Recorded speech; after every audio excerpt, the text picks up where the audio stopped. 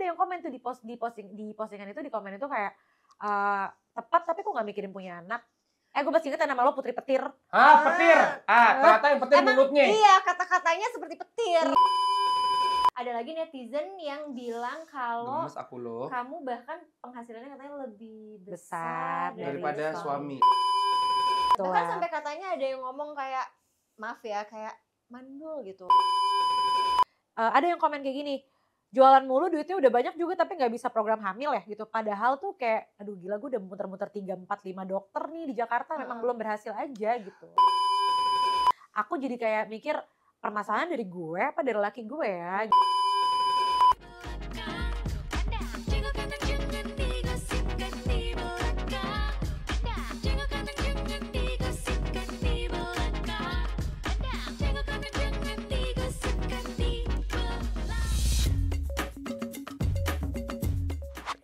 Iya apa sih ini nyebelin banget. Apa? Kenapa? Enggak loh, biasa kayak orang-orang gak terlalu deket gitu. Ada netizen suka kayak nanya-nanya kayak, kenapa sih belum punya anak? Lah perut-perut gue. Bentar, rahim-rahim lu, kenapa dia yang peduli? Iya itu Seriusan? dia, iya serius. Kayak padahal gue kayak sans aja. Ci, tapi lo dapet komentar ini tuh sebenarnya rasionya dari 1 sampai 10, seberapa mengganggu hal itu buat lo? Gini, karena tadinya tuh gak mikirin, tapi karena ditanya jadi mikirin, emang salah ya kalau nggak kenapa-napa kalau misalnya, karena kan ada orang yang memang kayak ketika belum punya anak, dia tuh emang pengen banget punya anak sampai pikirin. Nah kalau aku kayaknya tipe yang lain ya, kayak aku belum punya anak, tapi iya terus menjalani kehidupan dengan happy-happy aja, tapi jadi merasa salah karena ditanyain soal itu. Tapi gini ya, itu kan sebenarnya pilihan kita. Karena kalau gue sebagai ibu baru, bukan. Harus lebih baik berbagi. Enggak. Lo berbagi jangan sama gue. Iya. Karena bintang tamu kita hari ini menurut gue, dia adalah nyainya, dia ahlinya dalam rangka menerima dan juga mengatasi komentar-komentar netizen yang kadang-kadang bisa jadi masukan, kadang-kadang keterlaluan. Aku tahu dia siapa. Pasti dia yang bisnisnya juga jago juga ya. Itu dia, semua dia lakuin. Panggil nih. Langsung panggil. Silakan. Ini kan karena lo yang butuh, lo yang panggil deh. Oke, hai Tasya. Kita mau tepuk tangan aja. Tasya Revina, apa kabar? Sallallahu. Apa kabar? Halal bihalal. Alhamdulillah. By the way, selamat ya. Selamat ya. Enggak apa-apa. Lo lagi hamil di kereta aja disuruh duduk, apa lagi di sini. Juga itu tempat spesial khusus ibu hamil. Emang kita gendats. Jangan gitu. Tasya, apa kabar? Alhamdulillah. Bagaimana rasanya? Ada adik sudah lumayan besar. Sesak-sesak udah dapet belum? Udah banget. Jadi kalau duduknya tuh kayak gini, agak susah, jadi harus agak gini dikit. Kalau nggak gini kayak kurang bisa bernafas. Sebenarnya harusnya agak begini, cuman kan mohon kita maaf kan nih. perempuan. Betul, agak kekangkang ya. Kita juga agak shock kalau gini ceritanya. Sebelum kita tanya, adik dalam situ udah berapa bulan sih umurnya? Sebenarnya masih dirahasiakan berapa bulannya. Cuman nggak apa-apa, tapi ini istilah udah masuk trimester 3. Oh, trimester 3. Spesifiknya berapa nanti pokoknya ditunggu aja. Nah, itu dia. Kita tunggu aja di update-nya atau pesan Instagramnya. Pokoknya lancar-lancar lahirannya, kita doain bareng-bareng ya. Amin. Oh, udah kayak akhir acara. Semoga lancar ya. Bukan juga lancar semuanya. Ya kan biar itu doa loh, bagus. Kita kalau mulai juga harus berdoa, Betul. Oh, ini yang gue penasaran. Lo dan suami, ini pertanyaan gak penting sih. Tapi sekarang itu, Ci, ada yang namanya kayak video-video same day edit gitu loh, yang video-video lahiran. Oh iya, betul. Betul, lo dan suami, apalagi lo sebagai selebgram ya, dan juga pengusaha sukses. Lo memutuskan gak untuk memakai videografer lahiran itu juga? Iya banget. Iya banget, harus. Iya kan, pasti harus tuh. Penting sekarang sih kayak gitu-gituan. Jadi jasa videografer orang lahiran, nah itu tapi videografer lahiran itu apakah sama dengan videografer wedding atau ada khusus lagi? Ada khusus. Jadi kebetulan kita nanti bakalan kerja sama salah satu vendor juga sih. Vendor? Ya? Kayak namanya nikah apa dia. ya? Lupa lagi namanya apa, tapi pokoknya dilihat nanti lah. Endorsement thing? Iya. Lahiran aja di endorse dia tuh. Enak ya. Betul sekali. Tapi sebelum itu sebenarnya sampai ke titik ini kan melewati proses sangat panjang banget ya. Jadi kita tuh ya sebenarnya udah kepo-kepo juga, udah cari tahu juga gitu kan. Katanya selama ini sebelum sampai sekarang kamu pernah kayak dihujat netizen gitu nggak sih karena lebih ke dinyinyirin. Iya. Gimana sih itu ceritanya? Betul. Awal mulai kan dari menikah sampai akhirnya ini tuh butuh berapa tahun dan kenapa bisa awalnya dinyinyirin? Oke, aku ceritain dari awal ya. Gas, berangkat. Jadi tuh dari awal pacaran sama suamiku yang sekarang, itu tuh kita udah sering banget dinyinyirin pacaran doang gak nikah-nikah. Yo. Satu, yaudah kita kumpulin nih duitnya dulu nih kan. Karena kan kalau nikah kan butuh biaya ya. Iya. Kecuali netizen mau bayarin ya. Iya, kecuali mau bayarin. Itu tidak mungkin terjadi. Komen doang. Nikah doang, terus habis itu pacaran doang gak nikah-nikah. Lamaran nih. Ada lagi komentar masuk. Dia juga baru lamaran, ntar juga bakalan putus. Orang nikah aja bisa cerai, apalagi orang lamaran. Bingung banget. Tadi pas pacarnya disuruh nikah, pas udah lamaran didoain yang kurang putus, baik. iya. Jadi tuh jarak antara lamaran ke nikahan aku tuh kan kurang lebih 4-5 bulan kan. Jadinya mereka tuh kayak, kapan ya putusnya. Iya serius. Itu sorry banget, tapi sebenarnya jarak itu tuh jarak yang normal gitu loh untuk orang dari lamaran menuju ke nikah memang Lumayan biasanya cepet lah, 5-6 bulan ya. Kecuali lu 3-4 tahun, itu baru orang bisa bertanya-tanya. Kalau lebih dari setahun barulah ya. Oke, sampai Terus akhirnya menikah nih. Congrats. Nah pas udah nikah dibilang kalau udah 1 tahun nih nikah doang tapi gak dikasih anak. Astagfirullahaladzim. Baru setahun nikah? Setahun nikah. Jadi tuh sebenarnya kalau aku sih dari awal nikah itu gak pernah menunda memang. Tapi yang namanya proses itu kan pertama kita ketemu dokter itu kan jodoh-jodohan. Gak semuanya, maksudnya kita ketemu dokter langsung kayak berhasil gitu kan.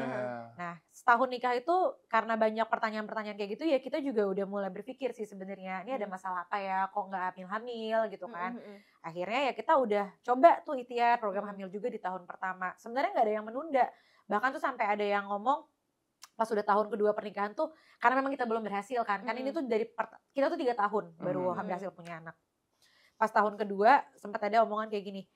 Jadi tuh aku kan ke Eropa nih bikin video sinematik gitu kan. Suamiku yang nge-record, emang suamiku tuh suka ngerekam.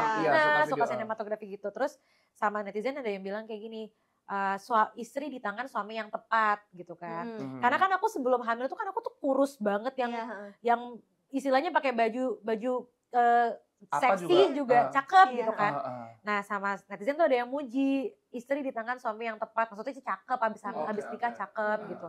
Tapi ada yang komen tuh di postingan itu, di komen itu kayak tepat tapi kok gak mikirin punya anak. Gue masih inget nama lo Putri Petir. Petir. Ternyata yang petir mulutnya. Iya, kata-katanya seperti petir. Iya. Tunggu deh. Tas, lo kadang-kadang suka overwhelm gak sih sama netizen yang seperti itu? Karena kayaknya nih. Kayak ngatur kehidupan lu, yang nikah lu, yang lamaran lu, yang hamil lu gitu. Kehidupan sosmed lo bisa jadi sinetron tau tuh. Iya kan Kak. Itulah aku pun juga bingung kadang-kadang. Keluar Medan ya. Nah, jadi Keluar Medan. Jadi tuh kayak apa ya, sebenarnya memang semenjak masuk ke dunia media sosial dan tiba-tiba boom di TikTok, masuk ke Instagram juga, punya followers lah istilahnya. Aku tuh udah tahu sih, karena memang kontenku itu kan kritikal ya. Maksudnya aku tuh memang pembela istri sah. Istilah kontenku tuh yang speak up soal orang selingkuh. Iya, dan aku tuh berani ngebahas kayak waktu itu rumah tangga siapa nih, lakinya selingkuh itu aku berani ngebahas. Jadi memang kontenku di TikTok tuh basicnya seperti itu. Makanya mungkin yang nyinyirin sama kamu sebenarnya yang pro selingkuh maksudnya. Iya. Tuh. Jadi selingkuhan gitu. Nah, NI. Betul. NI. Iya betul, bahasa baru nih NI. Lihat tuh mukanya nyinyir banget partner gue lihat tuh. Cocok ya. Nah, jadinya tuh orang-orang yang bakal ngehujat aku itu biasanya satu antara dia simpenan atau yang kedua laki-laki yang tukang selingkuh atau laki-laki mau kondo. Jadi udah itu aja. Cowok maksudnya yang justru ada juga. Simpenan. Ya maksud gue kan kalau simpenan, lu kan simpenan, sibukin aja urus diri, coy. Takutnya lu kebaikan komen Instagram orang lupa urus diri, ntar kagak disimpen lagi. Iya itu. Bahkan sampai katanya ada yang ngomong kayak maaf ya kayak mandul gitu. Oh iya banyak. Bahkan tuh kadang-kadang mengganggunya adalah saat misalkan kan aku juga jualan ya, kan aku live, TikTok kan aku yang live. Itu tuh kadang-kadang pas lagi jualan lagi semangat-semangat yang ngejelasin parfum, ada yang komen kayak gini, jualan mulu duitnya udah banyak juga tapi nggak bisa program hamil ya gitu. Padahal tuh kayak aduh gila gue udah muter-muter 3, 4, 5 dokter nih di Jakarta memang belum berhasil aja gitu. Tapi gue bingung deh, lo pernah gak sih berpikir bahwa sebenarnya orang-orang yang komen seperti itu apakah mereka really human? Maksudnya mereka beneran manusia yang tidak suka sama lu atau mungkin ada persaingan bisnis atau mungkin kayak sebenarnya satu orang nih tapi pakai akun banyak gitu. Ya. Sebenarnya menurut aku sih ya tetap orang sih. Karena kalau persaingan bisnis itu beda lagi caranya Kak. Kita bisa di-tag kok. Maksudnya aku bisa tahu ini orang memang ya haters sama satunya lagi memang orang yang sengaja nyewa buzzer untuk menjatuhkan bisnis lo gitu. Itu kelihatan kok. Soalnya kadang-kadang suka di luar nalar kita ya, kenapa ada seseorang bisa kayak bring so much hate gitu maksud gua. Ini kan melalui sosmed ya, Ci, layar handphone kadang gitu. Kadang bingung ya kalau misalnya kayak kita, maksudnya ya kayak aku pribadi gitu, kita misalnya let's say nggak suka gitu ya sama orang, artis atau sosial media, pun kayak nggak pengen nulis gitu loh, maksudnya nggak sampai kayak nggak ada waktu banget kan harusnya. Ngapain kita nulis, kayak gue sebel banget sama lo Julio dasar gendut gitu misalnya ya. Thank you. Gue nggak pengen nulis Putri petir lo ya. Iya benar. Tapi guys tapi barusan kita 5 menit di belakang kita berdua marah mulu, Cia, boleh istighfar nggak? Ya, dari opening video dia ngomong kita terus gini sih, iya enggak, soalnya kayak netizen tolonglah. Iya benar. Nah, banyakin baik betul. Gitu loh. Pertanyaan gua, dengan semua cerita drama yang tadi lu cerita ke kita, akhirnya bikin kita juga ikutan marah. Lu pernah nggak ada di fase lu down banget karena komentar mereka? Pernah dong. Karena kan ya balik lagi tadi kayak yang aku ceritain, di awal pernikahan itu kita nggak ada yang, kita masih pengen dapetin honeymoon phase-nya lebih panjang sebenarnya dari awal pernikahan itu. Kayak masih pengen jalan-jalan, traveling dan segala macem gitu kan. Tapi pertanyaan-pertanyaan itu tuh ternyata jadi kayak apa ya insight negatif aja gitu loh ke pernikahan kita. Jadinya tuh aku jadi kayak mikir, permasalahan dari gue apa dari laki gue ya, gitu dong otomatis. Ya, bener. Jadi akhirnya kita kayak saling salah-salahan, itu sebenarnya tuh nggak bagus banget. Harusnya itu nggak boleh terjadi dalam rumah tangga. Nah, pernah kita satu titik tuh di mana aku yang rajin minum vitamin dan olahraga misalkan karena untuk supaya punya adik gitu, supaya bisa sampai punya anak ini. Tapi suamiku tuh tipikal yang ntar deh gue minum vitaminnya, kalau lupa ya udah lupa, sementara aku tuh yang dialarmin gitu kan. Akhirnya kita berantem, dan itu menurut aku tuh adalah titik terendah di rumah tangga aku sih, karena jadinya dan itu disebabkan oleh orang lain pula yang gak karena kan sebenarnya kitanya tadinya di awal pernikahan itu kita udah kayak, aku udah ngomong sama Juna tuh buat, aku masih belum pengen punya anak ya. Emang bener-bener aku declare gitu. Aku emang masih belum pengen punya anak ya, nanti pokoknya setahun kita nikah, pas bisnisku udah settle, baru aku mau mikirin punya anak. Mungkin diaminkan sama Tuhan. Ya, Tuhan mengabulkan. Jadinya akhirnya pas kita sekarang ini udah, istilahnya bisnis ini udah bisa terbilang cukup settle, baru kita dikasih ketemu sama dokter. Berarti emang ada waktunya Tuhan kasih. Satu ada waktunya, sama satu sebenarnya semua on plan sesuai yang kalian mau. Tapi orang-orang di luar rumah tangga kalian itu yang membuat mungkin sedikit menggoyangkan pola pikir, cara berpandang gitu-gitu. Betul. Wow, hebat juga ya. Nah, sekarang kan kayak pasti banyak banget dong ya. Kayak kalau misalnya aku lihat di sosial media, mereka tuh ngomongnya adalah pejuang garis dua ya. Lucu. Iya, jadi kayak orang-orang yang pengen punya anak tapi mungkin belum dikasih keturunan gitu, mereka menyebutnya seperti itu. Nah, mungkin kamu boleh sharing gak sih, kayak ini kan juga pasti jadi semangat juga buat yang nonton kan, prosesnya kayak gimana sih? Oke, kalau proses itu sebenarnya aku tuh ngelewatin program yang namanya laparoskopi sama hysteroskopi. Karena di dokter pertama, ini aku disclaimer ya, aku tuh ke dokter itu berhasilnya di dokter ke-6. Oke. Masya Allah. Iya, di dokter ke-6. Jadi dokter pertama, kedua, ketiga, keempat, kelima ini nggak mendeteksi penyakitku yang ternyata menjadi penghambat aku hamil. Kehamilan itu. Oke. Di 5 dokter pertama itu mereka selalu mendiagnosa kalau aku itu PCOS. Lean PCOS, kamu PCOS, jadi kamu harus olahraga kardio, that's it. Cuman itu doang, dan itu udah aku lakuin. Aku 1 tahun ketika program hamil itu, aku udah operasi laparoskopi, hysteroskopi buat ovarian drilling namanya. Ovarian drilling itu maksudnya buat kayak supaya sel telurnya nggak terlalu banyak, jadinya diperdikit supaya bisa. Kayak temen gue nih. Iya, pokoknya intinya kalau PCOS itu dia sel telurnya terlalu banyak, jadinya nggak ada space untuk dia berkembang. Oke. Akhirnya kita laparoskopi ovarian drilling itu di bulan Maret 2023. Kita nikah tuh 2022 bulan Februari, which is berarti Maret 2023 tuh 3 tahun lebih ya. Ya kan? Itu udah laparoskopi, dokter yang pertama bilang kalau within 1 year ya kamu pasti bakalan hamil lah, kalau permasalahannya memang hanya di PCOS dan endometriosis. Dia ngediagnosnya tuh PCOS endometriosis. Dokter-dokter lainnya juga sama bilangnya PCOS dan endometriosis. Aku tuh nggak punya basic kedokteran, dan aku mencari tahu tentang PCOS itu sampai ngebuka 5 jurnal kesehatan. The best, udah jadi dokter deh tiba-tiba. Udah jadi bisnis. Istilahnya memang aku sepengen tahu itu Kak. Karena kan istilahnya ya aku pengen tahu apa yang terjadi di badan aku gitu. Itu juga wujud ikhtiar loh sebenarnya. Iya, aku nyari tahu, aku buka jurnal kesehatan, aku sampai konsultasi karena adikku juga mahasiswa kedokteran kan, jadinya aku banyak diskusi sama dia juga. Nah akhirnya itu pokoknya dari 5 dokter ini kita udah sempat dulu stimulasi ovulasi juga pakai obat tapi nggak berhasil. Dan itu tuh di rumah sakit yang sangat mungkin bisa dibilang rumah sakit terbaik di Jakarta kali ya. Bergengsi lah, sangat bergengsi ya, rumah sakit bergengsi di Jakarta. Dokternya pun juga dokter-dokter yang sangat terkenal. Ya mungkin memang dia aku nggak jodoh aja gitu kan. Nah sampai akhirnya kita ketemu sama dokter yang terakhir nih, Prof. Tono di Bandung. Dialah satu-satunya, maksudnya beliau lah yang pertama kali menemukan bahwa aku itu ternyata adenomiosis. Apa tuh adenomiosis? Ini berarti pada saat dia bilang itu, ini lumayan mencuri perhatian lo dong, karena di antara 5 dokter sebelumnya. Iya 5 sama kan berarti kan. Atau lu udah pasrah banget sebenarnya dokter ke-6 ini? Sebenarnya kalau dibilang pasrah nggak ada rasa pasrah sedikit pun, karena kita tetap pengen berusaha. Cuman kalau ikhlas untuk menerima apapun hasil di ujung nanti, ya udah nggak apa-apa gitu kan. Karena kan kita juga udah punya anak pertama si Kaizen kan. Lucunya, oke. Nah akhirnya tuh pas dibilang adenomiosis, sebelum kita didiagnosa adenomiosis itu, aku tuh udah pernah mencari tahu kalau turunannya endometriosis ini worst-nya itu si adenomiosis ini. Oke. Ya, jadi kan aku genetis kan, karena mamaku kan endometriosis. Nah, pas aku didiagnos endometriosis stage 1 di 2023 bulan Maret, itu kan udah dirapikan lah, istilahnya udah diobatin dengan melalui laparoskopi overhandling. Dalam pikiranku mungkin endometriosis udah nggak ada lagi dong, karena kan udah dioperasi gitu kan. Nah ternyata pas ketemu sama Prof. Tono bilang kalau kamu itu adenomiosis dan kalau dalam 3-5 tahun ini kamu nggak hamil, rahim kamu ini bisa diangkat. Wah itu banget tuh rasanya gimana? Itu begitu masuk ke ruangannya Prof. Tono rasanya tuh kayak siang-siang tapi disamber geledek itu gimana ya, disamber putri petir. Iya, putpet.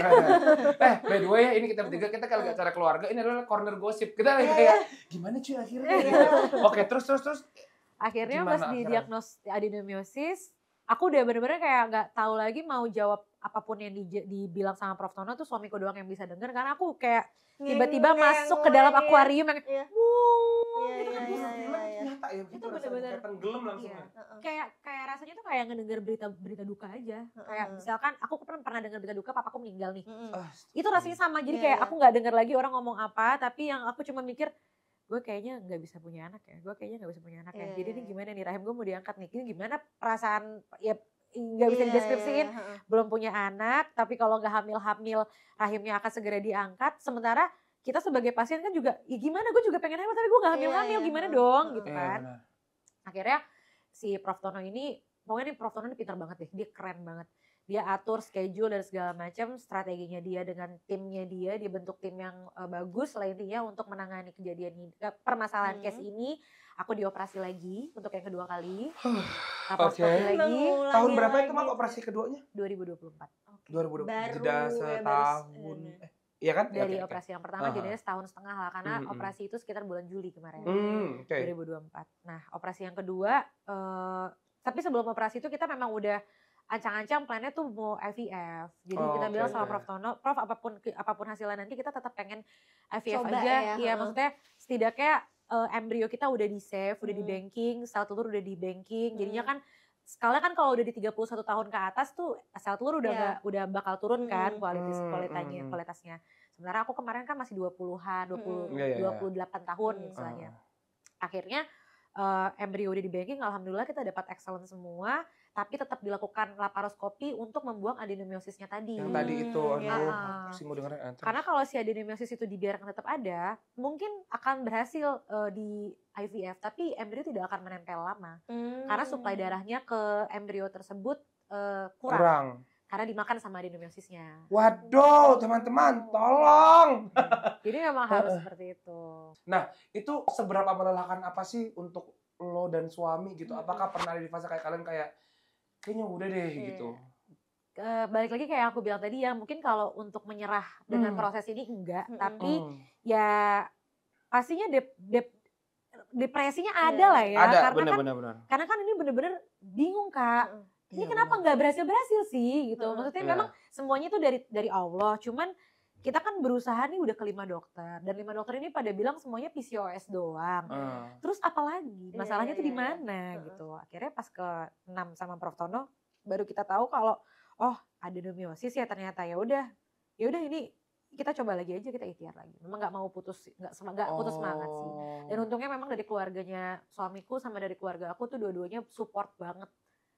Support banget, bener-bener nggak pernah nanya kapan Tasya hamil dan segala macam itu nggak pernah. Dari keluarga inti kita tuh bener-bener yang ya kita doain aja gitu.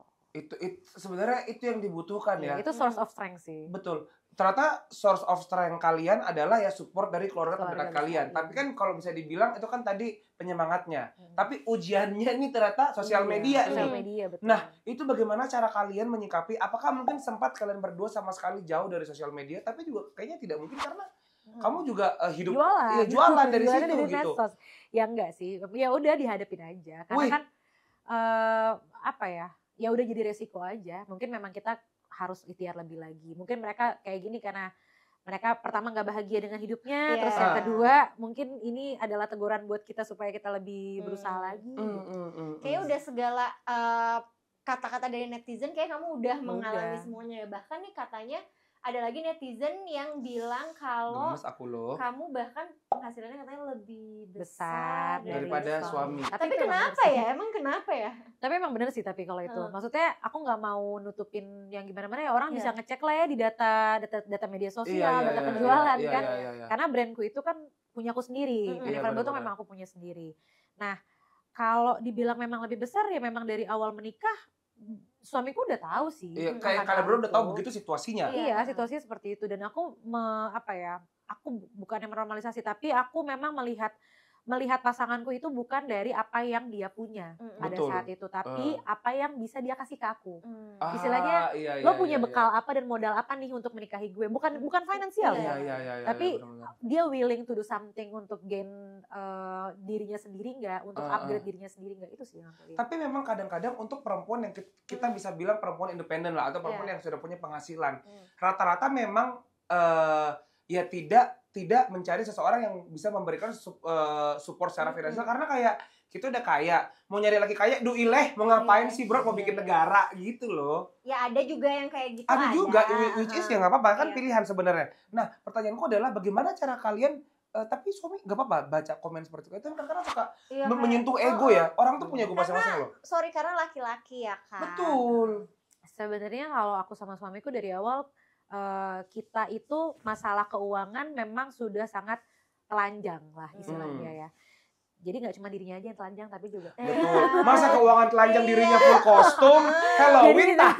Tidak bisa menjadi kehamilan ini ya kalau tidak ada. Dari semua aspek selesai. Tapi biar jangan tegang banget nih penonton gitu kan. Akhirnya tuh jadi kita memang dari awal pernikahan udah yang oke nih kalau lo mau nikah sama gue kondisi gue seperti ini. Aku menjelaskan lah ya penghasilan gue sebulan segini dan mungkin gue itu bisa dibilang orang yang lebih suka bekerja daripada libur. Jadi istilahnya di saat orang-orang karyawanku libur itu justru itu adalah saat-saat dimana aku itu lagi kerjanya gitu kan. Dia udah tahu kondisinya Tasya itu dari awal memang sangat pekerja keras. Karena kan aku tulang punggung keluarga kan. Betul. Adikku satu kuliah kedokteran, ada satu mau masuk kuliah kan. Keren. Kalau nggak aku yang kerja siapa lagi? Bapakku udah nggak ada kan. Bener. Dia udah tahu kondisinya seperti itu. Jadi memang kalau cara menyikapinya pertama kita itu sudah tahu kondisinya dari awal seperti itu. Tapi ini memang banyak juga ya kejadian-kejadian yang sekarang ini bilang kalau ya tapi kan kalau nikah kayak gitu suaminya jadi cuma numpang doang. Enggak, karena memang dari awal nikah kita tuh udah bikin perjanjian pranikah. Itu menurut aku sih harus banget ya. Betul. Ya kan, dari awal nikah. Ya ngomongin belum nikah nih. Terus sebelum nikah itu adalah mandatory pernikahan aku sama suamiku. Betul. Kalau lo mau nikahin gue dengan kondisi seperti ini lo terima, tapi satu syaratnya kita harus punya pranikah. Iya, benar. Sama perjanjian bersama lah ya, istilahnya kayak berapa per bulan yang harus dia kasih ke aku. Kayak bulanan untuk rumah tangga berapa, jajan pribadi berapa. Oke. Ya kan? Karena kan nafkah istri itu beda sama yang buat di rumah tangga kan. Terus tanggung jawab anak itu nanti ke siapa, itu dari awal aku sudah mengkotak-kotakan. Jadinya istilahnya dengan uang yang aku punya, ya gue mungkin bisa bantu lo sih untuk apa ya, let's say misalnya kita liburan nih. Contoh gini ya Kak, kita tuh kalau liburan, aku tahu suamiku tuh mampunya bayarin aku ke Eropa pakai ekonomi. Pakai ekonomi. Dia sanggup nih. Aku bisa bayarin kamu ke Eropa pakai tiket ekonomi. Pakai ekonomi, terus hotelnya di sana aku bisanya bintang 3 misalkan. Tapi kan ada strata yang ada standar hidup yang menurut aku sebelum gue kenal lo gue udah di sini nih udah nah itu jadi gimana tuh? Ya itu aku bakalan bantu bayarin sisanya. Nah itu adalah kerjasama tuh, kayak gitu. Itu hubungan suami istri seperti itu tuh. Makanya kan balik lagi namanya hubungan rumah tangga kan ada standarnya masing-masing kan. Benar. Jadi sampai detik ini mungkin kalau buat yang sering ngehujat, maksudnya yang sering ngejulitin, enak banget ya Juna tuh nikah sama Tasya, jalan-jalan ke sana sini Tasya yang bayarin. Ya sebenarnya bukan aku yang bayarin. Dia bayarin kamu, dia yang nambahin yang aku membayar standar kamu. Betul. Dia yang bayarin liburannya, tapi aku yang membayar eksklusivitas yang aku butuhkan. Iya betul. Istilahnya kayak aku butuh naik bisnis kelas. Dari ekonomi ke bisnis kelas pasti kan ada charge lagi. Yang apa berarti mana sih nih duitnya buat beli tiket ekonomi, nanti sisanya buat bisnis kelasnya. Gua upgrade deh gitu. Iya. Jadi bahkan suamiku itu bukan enak aja, maksudnya bukan yang numpang hidup gitu loh. Dan bahkan suamiku tuh ya kadang-kadang, ini maksudnya masya Allahnya dia ini adalah dia itu nggak apa-apa kalau ya udah kalau duitnya emang cukup ya buat upgrade kamu doang, kamu aja deh yang bisnis kelas, aku di ekonomi aja nggak apa-apa. Jadi dia nggak apa-apa pisah di pesawat. Dia bener-bener nggak apa-apa. Bener-bener yang penting kamu nyaman, kamu safe di situ, kamu sampai landing kamu nggak ngerasa capek dan segala macam. Aku ya aja di ekonomi. Jadi misalkan duit ini cukupnya buat bayarin aku bisnis kelas doang nih. Lo pakai aja duitnya buat lo. Ya gue ekonomi aja nggak apa-apa gitu. Ya Allah, seandainya netizen tuh tahu ya kayak gini. Seandainya netizen tahu, iya benar. Oke, tapi sebenarnya nggak apa-apa juga sih. Aku bukan tipe yang kayak bilang kalau laki-laki itu harus lebih daripada perempuan. Enggak, kan rezeki nggak tahu datang dari mana. Satu, rezeki nggak tahu datang dari mana, dan itu kan juga pilihannya. Kalau memang ternyata si suami dan si istri sudah memilih seperti itu, kita nggak ada hak. Keluarga juga bukan, yang keluarga aja nggak repot gitu. Netizen jangan repot ya kalau iri bilang. Seberapa besar peran suami kamu sih akan semua kejahatan yang terjadi di sosmed itu? Karena kan sebenarnya kan dia juga korban ya. Iya. Dia juga diserang, dia juga apa? Iya betul. Benar. Jadi tuh suamiku itu sebenarnya basicnya pilot, Kak. Keren. Jadi dia tidak perlu duduk di ekonomi, dia duduk di kursi pilot. Nih, aku jelasin dulu. Dia ini dulu sekolah pilot, terus habis itu pas mau nikah sama aku, jujur aja tuh sempat dapat tawaran dari salah satu maskapai. Nah, dan ini maskapai bagus di luar negeri kah? Enggak di Indonesia, karena kebetulan keluargaku masih ada yang kerja di maskapai itu. Direktur utamanya keluargaku lah istilahnya. Jadi sempat dapat tawaran untuk masuk ke salah satu maskapai ini, tapi aku nggak mau. Karena? Kamu larang maksudnya? Oke. Aku nggak boleh. Terus akhirnya dia gimana? Dia oke aja? Ya dia tadi bilang kalau aku tetap pengen jadi pilot tapi kamunya nggak izinin, ya nanti aku rezekinya nggak berkah. Jadi mendingan aku mulai lagi dari nol dengan apa yang kamu suka. Gitu. Iya, dia emang sebegitunya. Tunggu deh. Tapi emang kalau pilot itu bakal sesering-sering itu ditinggal ya? Karena aku punya teman pilot juga. Kayaknya kalau intinya ya akan lebih sibuk itu pramugari daripada pilot kayaknya. Aku nggak tahu sih Kak, tapi aku itu dari awal nikah sampai sekarang nggak pernah pisah sama suamiku. Not even 2 hari tuh lo nggak mau ditinggal. Gak bisa. Di situ. Dia tipenya kan tergantung kan. Ada juga tipe yang bisa ditinggal-tinggal. Ada kamu tipe yang ya kalau bareng-bareng ya lakinya pilot, laki pilot dia pramugari itu juga bisa terjadi sebenarnya. Belum tentu juga schedule-nya bisa beda-beda. Lah, dia juga bisnis kelas. Mana dia ngelayan penumpang. Ada penumpang kayak makan apa lo? Iya kan? Tapi nggak selalu kok bisnis kelas mah. Amin. Kita amin. Ke Eropa. Kalau ke Eropa soalnya kan panjang ya, flight long flight kan. Bener. Ya buat anak-anak gembrot juga gitu ya, kadang-kadang ekonomi kayak tolong mama gitu. Oke, itu kita aminin bisnis kelasnya ya. Kita ke pertanyaan berikutnya. Pernah nggak sih? Boleh dong. Ini airnya bukan gimmick. Yang gimmick cuma bunganya doang kok. Sisanya semua asli. Silahkan. Nah, ini juga pertanyaan berikutnya. Pernah nggak sih lo dan suami beda visi misi gitu dalam hal karir dan berbisnis? Sebenarnya dia itu tipikal air yang ngikutin arus. Dari tadi bintang tamu kita suaminya baik-baik banget ya? Iya, mudah-mudahan ya. Mudah-mudahan ya Allah, amin. Amin ya Allah, amin ya Allah. Gue tuh takut deh kalau kayak gini, paham gak sih? Takut nanti kayak disambung-sambung. Enggak. Tapi insya Allah suamiku itu tipikal yang ngikutin aja gitu kan. Istilahnya kalau beda visi dan misi ya pasti pernah. Karena sebelumnya itu suamiku menjabat sebagai wakil direktur di perusahaanku. Anjoy. Nah, karena kan memang aku nggak mau ada pembagian saham. Tapi ya aku kalau dia bekerja di perusahaanku sebagai wakil direktur akan aku hargai seperti dia menjadi wakil direktur lah istilahnya gitu kan. Ya dengan salary yang normal. Iya, dengan salary yang normal. Tapi ternyata itu malah membuat banyak terjadi konflik yang tidak seharusnya terjadi. Jadi karena kan aku tipikal orang yang suka membawa pekerjaan ke rumah kan. Aku orangnya kayak gitu. Jadi kayak kadang di kantor udah selesai kerja tapi sampai di rumah aku tuh masih sering ngotak-ngatik iPad gitu kan. Masih sering mikir lagi di rumah. Karena memang aku bisa, kayak aku bilang tadi, aku malah justru bisa berpikir ketika aku tuh jauh dari karyawan. Iya, aku jadi lebih detail lah istilahnya. Nah, pas suamiku jadi wakil direktur, otomatis kan tumpuanku di kantor adalah dia. Apapun yang terjadi di bawah-bawah pasti akan masuknya ke dia, lalu ke aku. Ya kan? Iya, itu malah jadi masalah banget ternyata. Itu malah jadi kayak harusnya nih masalah nggak terjadi di rumah. Malah di rumah. Jadi kita bahas nih kayak misalkan ada satu karyawan nih, misalkan Nisha nih, karyawannya satu nih. Si Nisha bikin salah nih. Nah, tanggung jawabnya itu kan harusnya sama headnya Nisha nih. Tapi karena di atas headnya Nisha masih ada suami aku sampai di rumah dan di rumah cuma ada dia, jadinya dia akan jadi tumpuan bantalan emosiku. Iya. Kenapa bisa kayak gini? Tapi kan ini harusnya nggak kayak gini. Jadi aku lama-lama berpikir sama suami aku mikir kayak gini. Yang kok kayaknya lama-lama ya dengan posisi kita seperti ini di kantor, aku ngerasa aku jadi kurang menghargai kamu.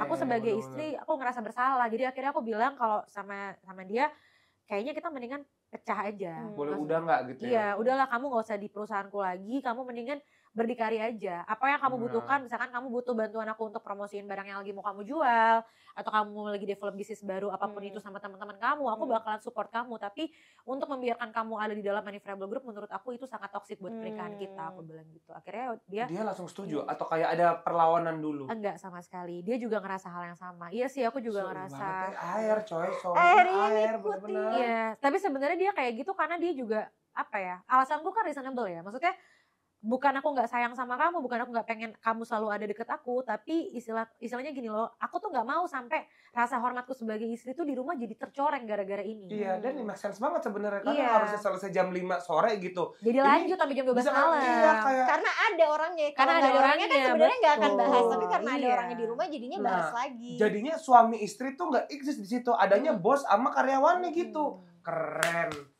Akhirnya aku bilang, aku nggak mau kayak gini terus. Ini rumah tangga kita jadinya berantemnya gara-gara orang terus, gara-gara karyawan terus. Aku bilang gitu kan.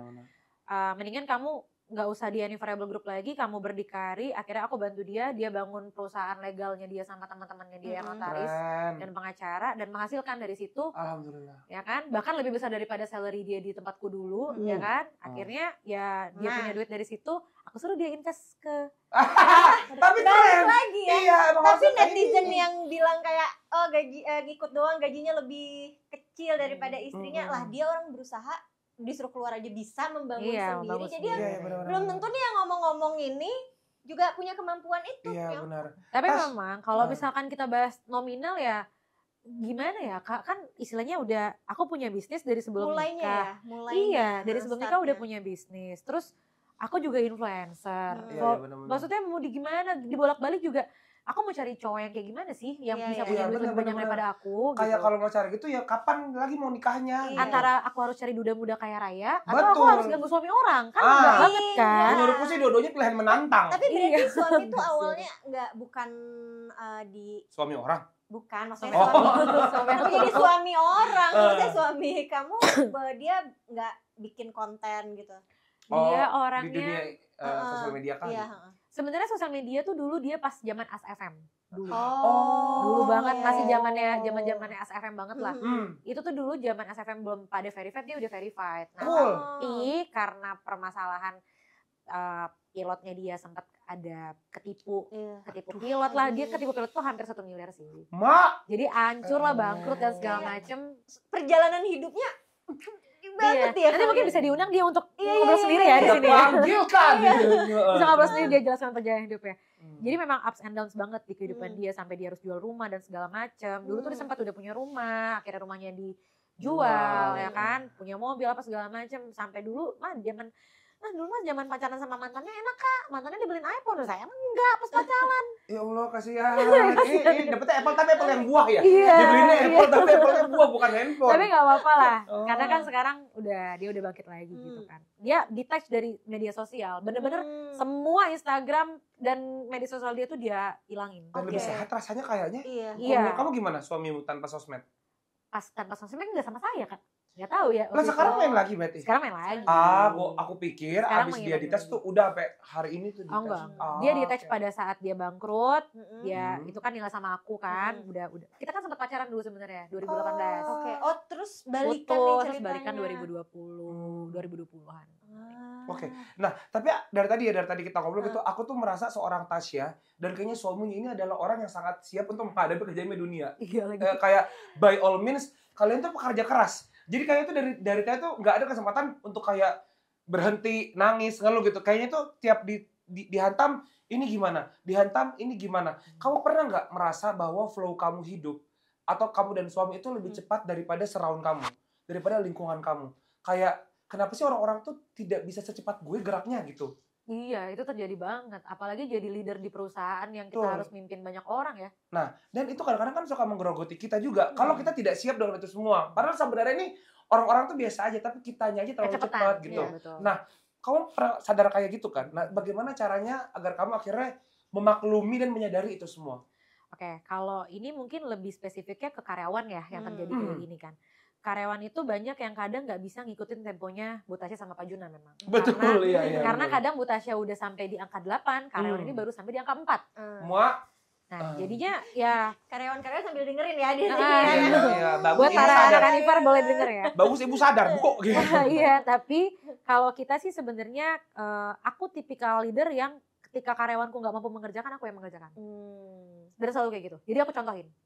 Jadi misalkan, is that micromanage? No? Sebenarnya menurut aku nggak juga sih, karena kan mereka after itu harus bisa memenuhi standar. Jadi kamu ada kayak, nih gue bantuin, tapi lo lihat ya. Lo lihat ya, lo lihat cara gue melakukan ini ya. Nanti lo belajar nih dari sini gitu. Misalkan contoh editing. Jadi tuh aku tuh punya editor, tapi namanya editing video itu kadang kan nggak memenuhi imajinasi kita, ya kan? Buat menyatukan imajinasi kita antara aku sama editor aku ini itu kan butuh waktu, butuh chemistry apa segala macam kan. Jadi kadang-kadang kalau dia lama, aku kayak udah deh sini aku yang editin, tapi nanti next kamu ikutin ya caranya kayak gini loh, keyframe-nya apanya gitu kan aku bilang. Akhirnya karyawan-karyawanku tuh tahu cara aku bekerja seperti itu. Jadi kadang nih aku suka handle desain grafis juga, desain kemasan juga aku yang handle, editing video juga aku handle. Semuanya loh. Iya, hampir semuanya betul. Perfeksionis juga ya? Banget. Tapi perfeksionisku itu membangun karyawan-karyawanku. Tapi kamu awalnya kan kamu sekarang udah punya karyawan banyak. Pasti dulu mulainya nggak dari langsung sebanyak ini kan. Tuh kamu percayaan gak sih? Karena kan kamu kayaknya tipenya kamu mau kerjain sendiri ini. Susah gak sih buat mempercayakan apa yang kamu kerjain ke orang lain? Kalau sampai sekarang sebenarnya dulu itu pas awal bisnis ini berdiri yang balesin chat juga masih aku. Balesin chat Instagram, balesin chat e-commerce itu aku dua-duanya. Nah, tapi kalau sekarang kan semua itu sudah bisa kita track dari misalkan dia di device-nya dia seperti apa balasnya, itu kan nyangkut semua di handphone. Jadi aku tahu cara mereka balas. Misalkan ada kesalahan yang dari cara mereka balas akan aku panggil orangnya. Lo nggak boleh kayak gini jawabnya. Customer itu mesti digini, karena kan ini parfum tuh personal kan. Iya. Nah, akhirnya mereka belajar dari situ. Sampai akhirnya tuh sekarang admin-adminku tuh udah pada jago-jago lah, jago kandang lah. Jago kandang. Keren. Masuk berarti pas keluar ciut semua ya gitu. Jago-jago. Nah, Bu Tasya adalah orang yang perfeksionis. Apakah Bapak suami juga seperti itu, Pak Juna? Kalau Juna itu sebenarnya bukan perfeksionis, lebih ke struktural. Dia itu orangnya well organized dan struktural banget. Jadinya kalau misalkan aku mau sesuatu, aku selalu bilang konsepnya akan seperti ini. Contoh nih maternity nih ya, foto maternity. Aku mau foto maternity-nya itu seperti ini, ada digital imaging-nya, aku mau ada sayapnya, aku mau ada ini, ke-spill kan gue pakai sayap. Mau ada kayak gininya, makeup artisnya harusnya ini, fotografer harusnya ini. Nah, lo pikir deh. Nah, nanti si Pak Juna tuh yang nge-brief anak-anak internal ini sampai jadi ini begini ya, ibu maunya tanggal segini, jangan sampai lewat dari tanggal segini karena ibu mau baby moon, takutnya nanti kulit ibu gosong, ibu harus sebelum ini. Itu dia yang nah tapi itu such a good teamwork sebenarnya karena seorang perfeksionis ketemu dengan orang yang struktural.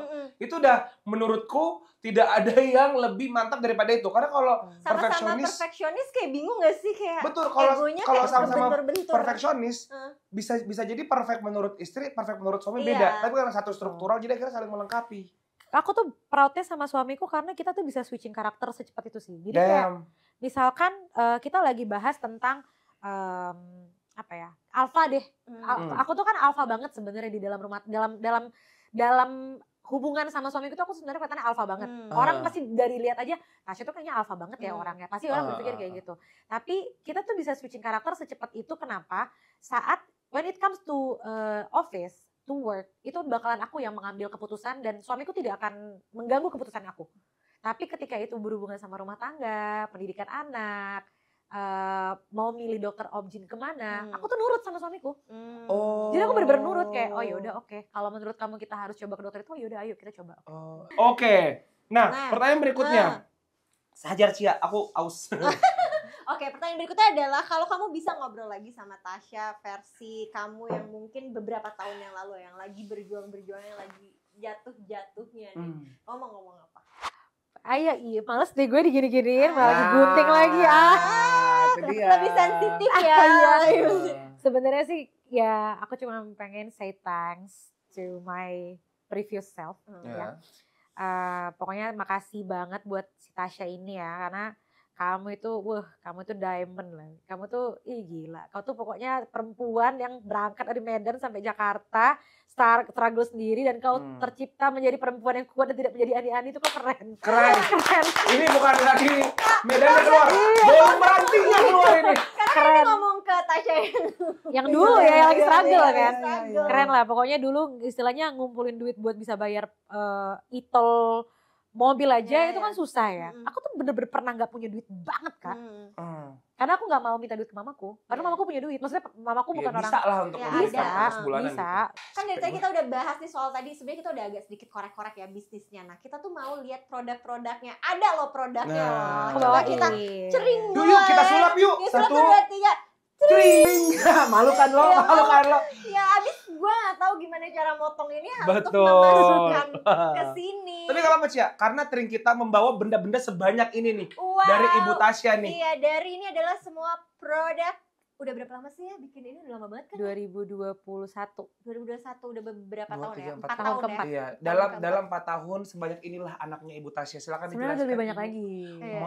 Tapi maksudku lainnya ada body mist, ada skincare, ada perfume. Betul. Nah, bisa dijelaskan nggak dari kiri ke kanan deh gitu. Kiri ke kanan berarti sini-sini ya? Kalau kanan kiri dikira baca Quran. Jadi kiri kanan aja nggak apa-apa. Nah, mungkin kita mulai dari yang paling Mist, kiri, Body Mist ini tuh line kita. Sebenarnya ini tuh adalah sister brand kita. Kita brand kita kan namanya Anniverable. Nah, ini tuh aku bikin brand baru untuk mewadahi body mist yang harganya tuh lebih affordable. Jadi ini kayak 100 ml cuman 65 sampai 70. Ibarat kata bisnis kamu ini anak keberapa nih? Anak kedua ya?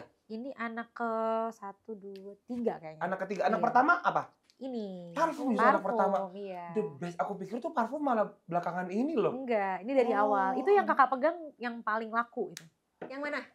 Iya, yang Demi aku nggak bohong, tadi pas aku cium 2, tadi pas aku cium 3 ini menurut aku merasa oh ini baunya nih kayaknya ibuku bakal suka gitu. Yes. Kakakku bakal suka gitu. Itu udah terjual kalau untuk di satu platform yang TikTok Shop doang nih ya. Itu boleh nggak sih nyebut TikTok Shop? Boleh, nggak apa-apa. Itu kita udah terjual 139.000 botol. Coy. Oh wow. 139.000 botol. Ini baunya kayak bintang tamu yang tadi pagi dateng ya? Coba. Oh iya sih, Ci. Jangan-jangan dia pakai. Jangan-jangan bintang tamu kita juga pakai parfum loh. Coba. Oh, ngerti kan? Iya. Mau tau nggak kalau kita pakai ini teman-teman? Ini kan namanya Iris Goddess apa Iris? Iris. Oke, Goddess Iris. Kalau kita pakai ini kita tuh kayak perempuan-perempuan old money. Iya, betul. Iya, yang kayak datang duduk kayak diem doang. cuma 1 kali tapi udah kecium sampai sini. Iya, yang kayak diem doang, senyum kayak you're not my friend gitu. Ini ini you can't sit with. Maksud gue itu you can't sit with us, kenapa you're not my friend? Jatuhnya baru belajar bahasa Inggris, sombong. Oke, Goddess Iris, bisa kamu ceritakan apa saja note-nya dan ada cerita apa sih di balik Goddess Iris itu? Ini adalah parfum pertama yang kita launching di Anniverable ya. Sebenarnya sih kalau dibilang notes-nya ada apa aja, aku mungkin sebutin 3 yang paling kamu inget yang aja. paling jadi main accords-nya ya. Pertama itu ada blackcurrant di top notes-nya. Terus di middle notes-nya itu dia ada iris, bunga iris. Sama di base notes-nya ada patchouli dan vanilla. Patchouli vanilla. Oh, Mbak. Dari tadi patchouli yang bilang tadi pas lagi molekulnya paling banyak. Iya, molekulnya banyak. Betul. Jadi tahan lama. Tahan lama. Jadi ini memang diciptakan untuk ketahanan aromanya ya bisa lebih dari 2 hari lah kalau di baju gitu. Seriusan? Iya, tapi ini memang reviewnya juga kayak gitu, Kak. Oh. Aku ngeklaimnya ini kan maksudnya kan ada mandatory dan standarisasi dari BPOM tuh kita boleh ngeklaim berapa jam kalau extrait kan ya. Kita pakainya 8 sampai 12 jam nih kalau klaimnya, tapi buat orang-orang yang udah pernah pakai sampai besok sampai seminggu yang kalau gitu. kayak dipeluk sama pacarnya terus parfumnya nempel. jaketnya, Iya, parfumnya nempel. Tiba-tiba malu. Betul. Tapi Ci, aku mendapatkan hal yang bahasa banget nih teman-teman. Tapi aku mendapatkan hal yang berbeda pas cuman ngendus sama semprot itu baunya beda. Baunya beda. Iya, betul. Jadi pas kita ngendus, oke bau orang kaya. Tapi pas kita semprot kayak ada bau fruity. Nah, aku tadi kok sama sih lu merasa fruity karena blackcurrant-nya di top notes ya. Dia di bagian tier utamanya top notes blackcurrant, ada blackcurrant sama lupa ya apa aja ya, pokoknya ada tadi ada patchouli vanilla. Itu di base notes kalau patchouli vanilla. Jadi kalau parfum itu ada top notes, middle notes sama base notes. Kalau top notes itu dia within 5 sampai 15 menit dia akan hilang wangi aromanya di situ. Masuk ke middle notes-nya. Middle notes itu biasanya karakternya itu yang membangun aroma parfum itu jadi tiang parfumnya. Isinya tiang aromanya itu yang ada di middle notes. Biasanya itu dia ngomongin tiang agama ya, kita tiang parfum. Lanjut. Biasanya dia jadi tiang aroma dari si parfum tersebut. Biasanya di middle notes itu cenderung bunga-bungaan. Kayak bunga, contohnya kalau di sini tuh ada lili, ada iris, sama ada white floralnya tapi aku lupa apa aja. Lili nggak ada ya? Nggak ada lili. Lily of the Valley itu karakternya lebih kayak aroma myrtle. Kalau Lily of the Valley. Kalau iris itu bunga aroma bunganya tuh agak powdery. Ini udah mulai gitu. Agak powdery. Iya benar. Cia, lu mau tau gak betapa dahsyatnya kita tadi membuka segmen ini dengan kayak jelasin paling kiri. Sekarang kita di sini. Oke teman-teman, mohon maaf ya nyebrang. Karena kan ilmu, tapi by the way kan sebenarnya untuk kamu bikin parfum ini kamu ada ngambil kelas nggak sih? Karena aku pernah ikutan kelasnya dan belajar dan menurut aku gitu. Iya dan susah. Aku udah punya 2 sertifikat untuk perfumery workshop lah ya, dari perfumery workshop ya. Tapi masih lokal. Rencananya after lahiran aku mau ngambil di Grasse. Berangkat. Pengennya sih kayak gitu. Tapi nanti habis lahiran dulu. Amin. Terus kalau kelas ya kadang-kadang memang lebih ke ini aja sih, kayak smelling apa ya, tiap hari gitu loh, dicium-cium terus gitu kan. Smelling exercise kalau nggak salah namanya. Aku tuh punya raw material di kantorku banyak banget. Jadi aku punya aroma dari yang wangi banget. Menurut aku tuh raw material yang paling wangi itu Bulgarian Rose menurutku ya. Bulgarian Rose itu wanginya enak banget. Dia aroma bunga mawar tapi kayak kalau diimajinasikan tuh aroma bunga mawar itu mawar yang berair gitu. Mawar abis hujan maksudnya? Iya kayaknya deh ya. Yang aku lembab dari gitu mawar ya. Iya, aku suka banget wangi Bulgarian Rose. Sama kalau yang paling gak enak baunya itu Animalic, namanya Civet. Dan aku itu bawa ada di kesini kantor terus kamu. bawa ya, nyobain ya, ada di kantor aku. Itu lucu banget ya kalau kita bisa nyoba-nyobain itu gitu buat, ya. Maksudnya itu buat apa? Ada untuk melatih? Oh enggak, aku bikin. Jadi kayak beberapa dari parfum aku tuh kayak Piece of Peace tuh di mana ya? Ada bawa nggak Piece of Peace? Piece of Peace itu aku yang bikin bener-bener total. Tadi ada Piece of Peace aku lihat. Itu aku yang bener-bener bikin. Yang botolnya putih. Iya, ini bener-bener aku yang bikin dan ini nggak akan ada yang bisa bikin malsuin kecuali pabrik yang memproduksi ini. Ngebocorin ya. Iya, kecuali dia bocorin. Karena ini signature kamu banget. Signature aku. Dan ini cuma keluar setahun sekali karena materialnya susah. Gue tuh agak kalau udah kebanyakan terus bingung. Sama, nah gue tuh makanya hebat banget orang yang bisa. Gue tuh suka banget parfum karena menurut gue ketika kita beli parfum kita harus melakukan satu aktivitas yang sangat melelahkan, yaitu mencium bau. Iya. Karena nanti kita tuh akan bertengkar dengan otak kita sendiri kayak ini baunya sama, ini beda, ini lebih enak. Tapi ujung-ujungnya ketika lo purchase lo pasti akan kayak seneng banget karena effort tersebut gitu. Makanya gue suka banget parfum. Kalau itu dia white floral banget sih. Biasanya ini keluar cuma pas lebaran doang. Ini kalau yang sukanya yang flowery white floral. Pasti cocok deh. Karena itu dia karakternya jasmine kuntikor banget lah. Jasmine Jasmine Taberos. Hilang-hilang juga udah bentuk baunya. Pasti kata Kunti, it's time for me to shine. Dan ini tuh menurutku botolnya unik banget Tas, karena jadi di sisi belakang parfumnya itu ada gambar yang sebenarnya tuh untuk kayak refleksi ke tulisan Piece of Peace-nya. Jadi gambarnya tuh di belakang bukan di depan. Ya begitulah anak-anak art ITB yang tahu ya kayak gue gini. Baru bilang tadi dilusihin namanya sama dia. Ya guys, kita balik ke situ kali. Oke, kita Mohon maaf pemirsa. Selalu ini bisa lama banget ya, kalau durasi 1 jam kita bisa 2 jam kalau ini parfum kita bahas satu. Iya benar-benar, kan tadi itu body mist ya. Body mist, harganya itu murah. Pokoknya nanti rencananya kalau ini planningnya kita bakal keluarin 15 varian tahun ini. Oh jadi ini belum keluar sekarang? Udah keluar 5. Oke. Sekarang kita lagi R&D 5. Jadi per kuartal kita keluarin 5 gitu. Lu siap-siap deh teman-temannya Bu Tasya kayak di kantor bakal hektik nih Bu Udah mulai ya, say, udah mulai nih sekarang. Semangat ya, pantas tadi pas ngomong 15 muka kamu kayak astagfirullah. By the way ini tuh adalah jenis body mist yang kayak menurut gue ini tuh kayak telanjang, ngerti nggak telanjang maksud gue, kayak lu tuh begitu lihat botolnya lu kayak pas dicium kayak udah tahu. Jadi kalau blind test nggak apa-apa banget, bukan blind buy. Kan kalau misalnya orang beli di online kan orang suka kayak dia blind ngebayangin gitu ya. Lah ya, ngebayangin. Ini tuh kayak botolnya sama wanginya sudah menggambarkan. Udah ngegambarin. Jadi kayak pas lihat kayak aku udah mikir pas lihat ini kayaknya wanginya bakal kayak gini. Pas dan benar. Iya. Benar. Kelapa gitu ya. Iya. Apakah emang body mist harus seperti itu nggak sih? Sebenarnya nggak juga, cuman karena ini balik lagi sama customer segmentation. Kalau kita bahas di Fantasi ini karena harganya memang murah, jenis customernya itu adalah customer yang tidak mau berpikir bukan panjang, customer yang nggak mau ribet. Sesimpel mungkin aja. Iya, karena kan di harga segitu kan. Jadi mereka benar-benar kayak lebih mau mengutamakan sesuatu yang visual. Makanya desain kemasannya kita bikin lebih banyak gambar-gambar yang menggambarkan aroma di dalamnya. Benar. Dan namanya pun juga kita sesuaikan. Misalkan kayak coconut cream. Ya, terus itu wangi yang aku suka banget. Aku boleh cium, Cik? Maaf, sorry. Kalau Pure Lullaby itu wanginya kayak wangi bayi. Ya. Wangi bayi. Fantasi itu gabungan nama aku sama adekku. Jadi nama adekku Fanya, Fan, T-A-S-Y-nya Tasya. Jadi Fantasi. Bener menurut gue. Kenapa gue nya ketinggalan? Gue ngomong bener menurut. Oh, berarti adik kamu juga in charge di anak ketiga ini. Iya. Oke, kita cukup ya dengan body mist-nya. Kita ke tengah-tengah dulu ya, Ci. Ini adalah skincare. Dari banyaknya bisnis skincare sekarang banyak banget loh ya. Ini berarti kamu nyemplung ke blue stream loh sebenarnya kan? Lebih ke Black Ocean. Iya udah bener Black Ocean sih, kata gue sih udah limbah ya.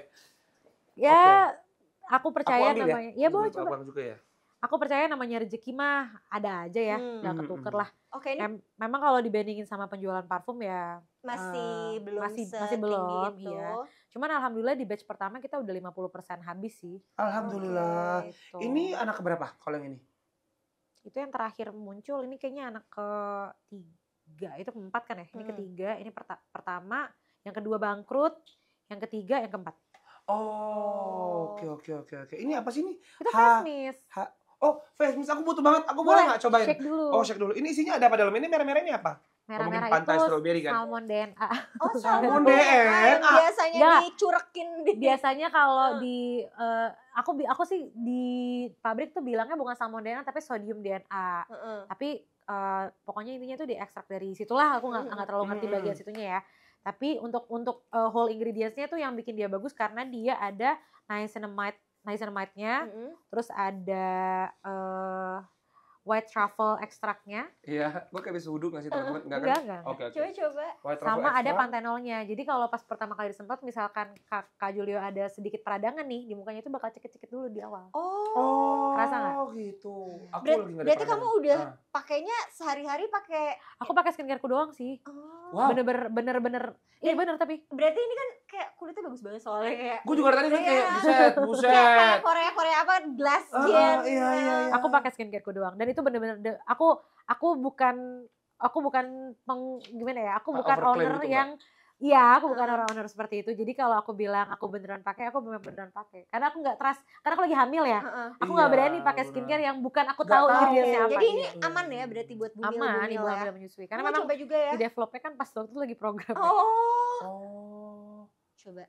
Lucu banget, ada sebuah DNA yang bahkan aku belum pernah menemukan di dalam face mist lain. Betul. Hilang rasa ngantukku. Harusnya dari awal kita itu yang disemprot. Lu glowing banget kalah lampu sama muka lu. Ya pakai itu dong. Hydration. Oke, itu hydration. Ini berikutnya kita ada Unbearable Beauty Foaming Face Cleanser. Iya, foaming face cleanser. Oke, apa yang membuat kamu ini oke banget dibanding brand lain? Yang pertama wanginya ya. Karena kan banyak banget tuh skincare yang aromanya itu nggak comforting menurutku. Nah di sini itu jadi sebenarnya fun fact, banyak yang bilang kayak aku nggak mau skincare yang ada pengharumnya gitu. Sementara kalau kita konsultasi sama pabrik sebenarnya ada aroma atau fragrance yang memang dipakai untuk skincare peruntukannya. Jadi memang ada banget. Misalkan jadi aja sebenarnya, aman aja, iya. Dan bahkan kadang-kadang aroma yang dipakai, essential oil yang dipakai nih misalkan ya, itu malah menambah jadi ingredients tambahan gitu loh. Bagus dong sebenarnya. Contoh misalkan kita bikin aroma lavender. Lavender itu punya manfaat buat wajah. Kulit. Iya. Jadi kita memang harus pastikan pabrik ini menggunakan essential oil bukan synthetic oil. Oke. Aku berasa cekit-cekit sekarang. Iya benar. Nah berarti lagi ada sedikit peradangan yang bikin, karena itu mengobati sebenarnya iya. itu kan. Tapi nanti pasti kalau misalkan itu jerawatnya kering gitu. Oh wow, itu benar-benar ini loh. Karena ada pantenololnya sih. Apa ya itu ya? Mungkin laki lu kali ya, mungkin Pak Juna kali. Ketiduran Benar. Nah itu kan tadi skincare, sekarang kita ke parfum. Parfum udah kita bahas semua, tapi ini aku mendapatkan yang muncul perhatianku. Nampak ini buat laki nih. Yes, betul. Yeah. Oh bener, Karena karena botolnya hitam. The Tuh, ini ya Allah Ci, bagus banget. Jadi kayak sign gitu, tulisannya The King. Wow. Berkelas banget teman-teman. Ini ya teman-teman ya. Coba kita semprot, aku semprot ya. Boleh.